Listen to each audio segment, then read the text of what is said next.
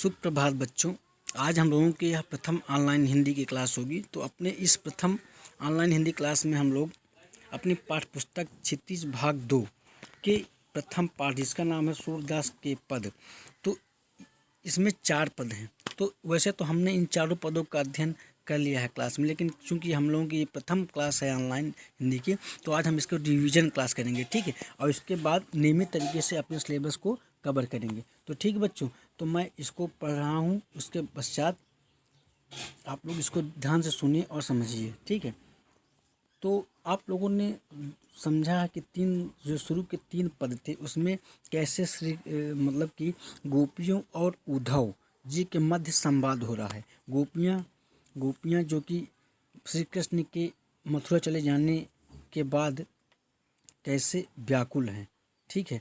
तो उद्धव जी जो कि उनको समझा रहे हैं, तो उसी पद का एक कड़ी है ये। तो गोपियाँ कह रही हैं उद्धव जी से कि हे उद्धव जी, हरि है राजनीति पढ़ आए। हमें ऐसा लग रहा है कि भगवान श्री कृष्ण जी ने भी राजनीति का अध्ययन कर लिया है, राजनीति को पढ़ लिया है।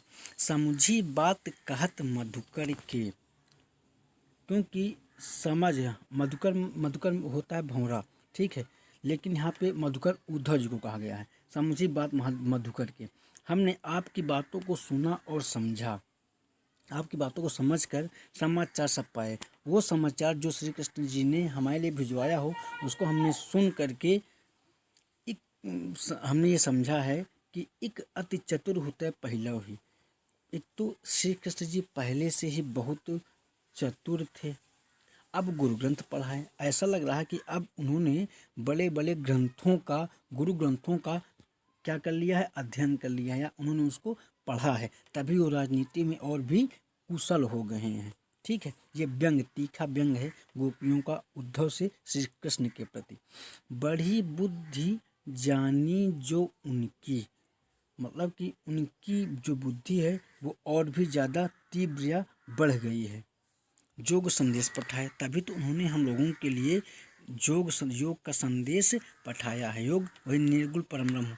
कहने का तात्पर्य है कि श्री कृष्ण जी ने उनको उद्धव के माध्यम से, उद्धव नाम आप जो उनके मित्र थे, उनको माध्यम बना के भेजा था कि गोपियों को आप समझाइए जाके कि वो हमको भूल कर निर्गुण परम ब्रह्म की उपासना करें। तो वही कह रही हैं गोपियाँ, उनके तीखा व्यंग कर रही हैं कि हम ऐसा नहीं कर सकते हैं। तो उद्धव भले लोग आगे के पर हित डोलत धाये। हे उद्धव, जो भले लोग होते हैं, जो अच्छे लोग होते हैं, वो हमेशा आगे रहते हैं। पर हित मतलब दूसरों को हित, डोलत धाये, दूसरों को हित मतलब कि दूसरों को कैसे वो दूसरों का हित करें, इसके लिए वो हमेशा इधर से उधर डोलत धाये मतलब कि भागते रहते हैं। अब अपने मन फेर पाए हैं, हमें ऐसा लग रहा है कि हम पुनः अपना मन फिर से प्राप्त कर लेंगे। चला तो जो होता है चुराए, जो कि श्री कृष्ण जी ने चुरा लिया था हमसे, ठीक है। ते क्यों अनित करें आपुन, तो हमें लगता है कि श्री कृष्ण जी हम लोगों के साथ कैसी अनित कर रहे हैं। ते क्यों अनित करें आपुन, जी और अनीति छुड़ाए, जो कि हमेशा यहाँ से जो अनीति के लिए ही गए हैं, वो अनीति को दूर करने के लिए वो यहाँ से गए हैं, पर हमारे समझ नहीं आ रहा है कि वो हमारे साथ क्यों अनीति कर रहे हैं श्री कृष्ण जी। राजधर्म, यदि वो हमको अपना मित्र या सखी नहीं समझते हैं, तो राजधर्म तो यह है, सूर जो प्रजा जाहि सताए।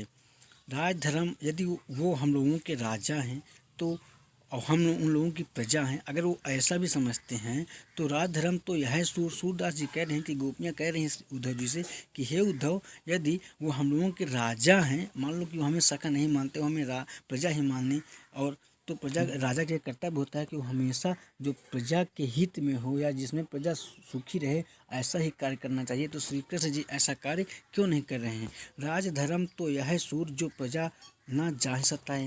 राजा का धर्म यही होता है कि उसकी प्रजा के ऊपर कोई कष्ट ना आए, लेकिन ये श्री कृष्ण क्या कर रहे हैं, ये तो हम पर बहुत ही क्या कर रहे हैं, बहुत ही कठोर दंड दे रहे हैं हमें एक प्रकार से, क्योंकि वो यहाँ पे पुनः नहीं आ रहे हैं। ठीक है, तो उम्मीद है बच्चों आप लोगों को समझ में आ गया होगा। ठीक है, अब आप लोगों को इस पाठ से संबंधित कुछ अभ्यास प्रश्न हैं, ये आप लोगों का गृह कार्य है, इसको आपको करना है। ठीक है, ठीक है, बहुत बहुत